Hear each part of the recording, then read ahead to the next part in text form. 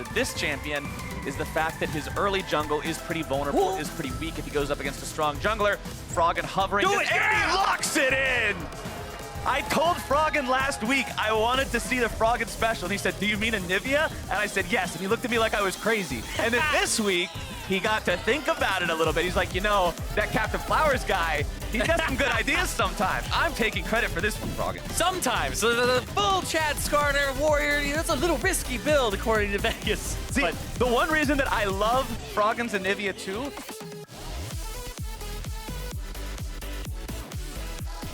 notice how Xmithy, he went for that enemy blue, and then immediately he passed towards the bottom side of the map. He might catch them off guard here. Golden Guardians look to make the play, but now they have to retreat. They're the ones who are going to be caught out.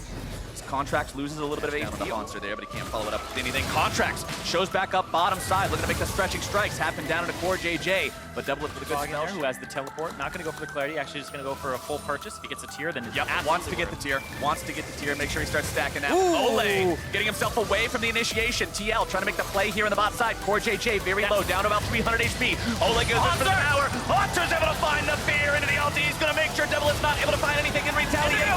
Kills over to Golden Guardians. Xmithy will fall. Core JJ grabs the kill into Haunter, but it's still going to be a Golden Guardians victory in the bottom lane. That is a kicked off with teams picked up, almost like Island of Misfit Toys type thing. Nice sidestep from Xmithy, getting himself away from the arrow, but he's still going to be in some trouble here. A very nicely done stop clean from him. This guy, I mean, he's been doing fantastically all season long. The Lee Sin play from him, the Gragas play.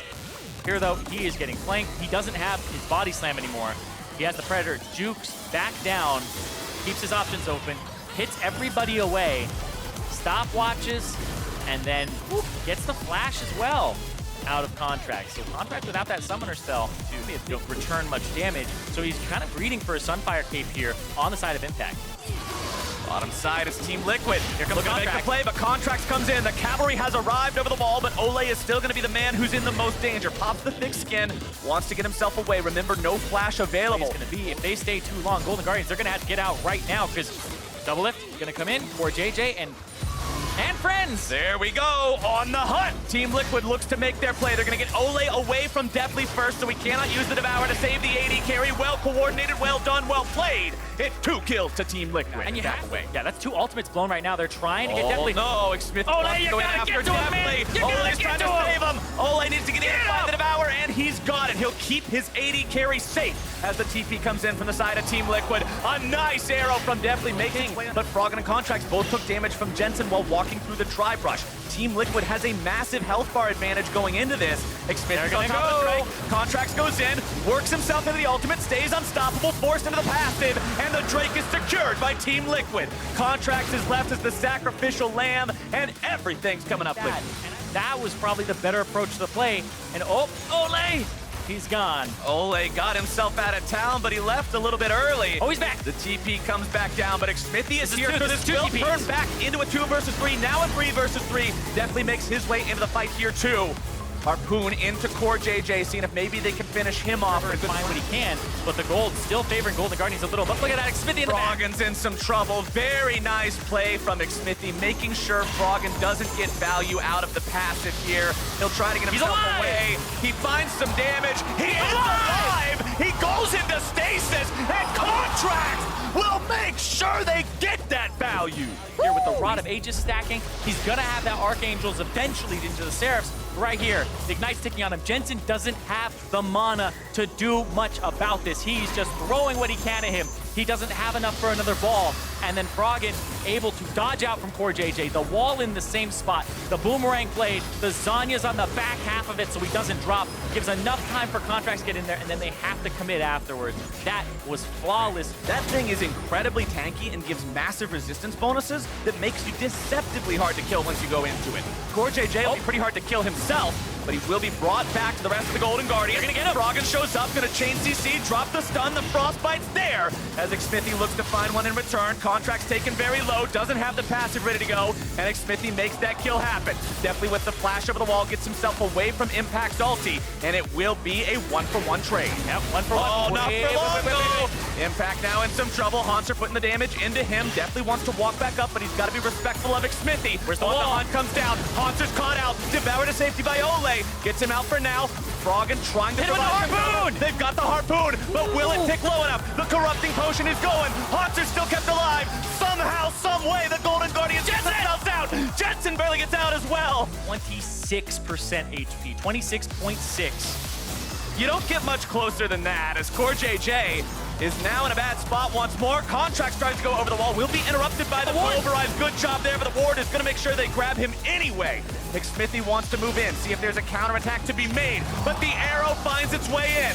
Hanser wants to find the follow-up damage. They've almost got him, but not quite, and Doublelift goes on a killing spree in the counterattack. And Impact is into the back line. A decimating smash into the Golden Guardians carries, and that is the Liquid counterattack coming in.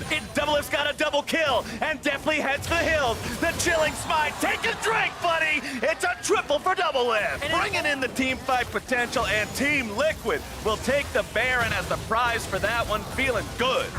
Whew. And Team Liquid, this was a nail biter up until this point. Froggen gets the pick right there on the core JJ, gets the wall down, forces him to go around. The ultimate comes out, and then you look at where the map is situated. Look at the mini-map. Urgot's coming in from the flank. All right, so as soon as Urgot gets here, they want to turn on Xmithy. There's the arrow. He gets a little bit further away. They get the stun on him, but then it's Contracts who ends up dying, and boom! Deja vu right in the back line. Impact gets the stun, gets the knockup, kills Froggen, delays Ole enough, and forces Deathly to flash to boot, which means there is no escaping this second half of the fight. No.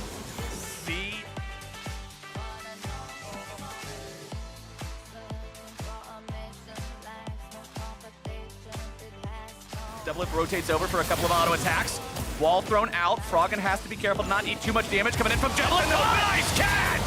That one's going to be huge as he goes into the grind and the shutdown comes out, and that's 2 for Golden Guardians. Jensen wants more! Keeping himself away from the arrow. Jensen will try to get himself away. Coordinated than that one. Let's take another look at the replay here. Yeah, I caught him. They already forced out Impact on the bottom side. He has teleport, but right here, it's already made connection. That was so close. He used the QSS as well. The QSS, the heal, the flash. Nothing is going to save Doublelift from that.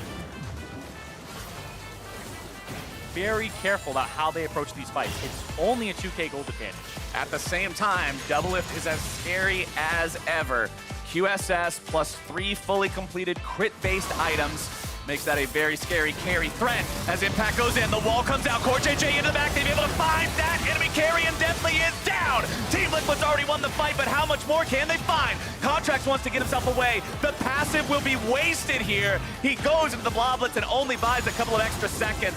Golden Guardians will not make anything else happen. In fact, they stick around way too long.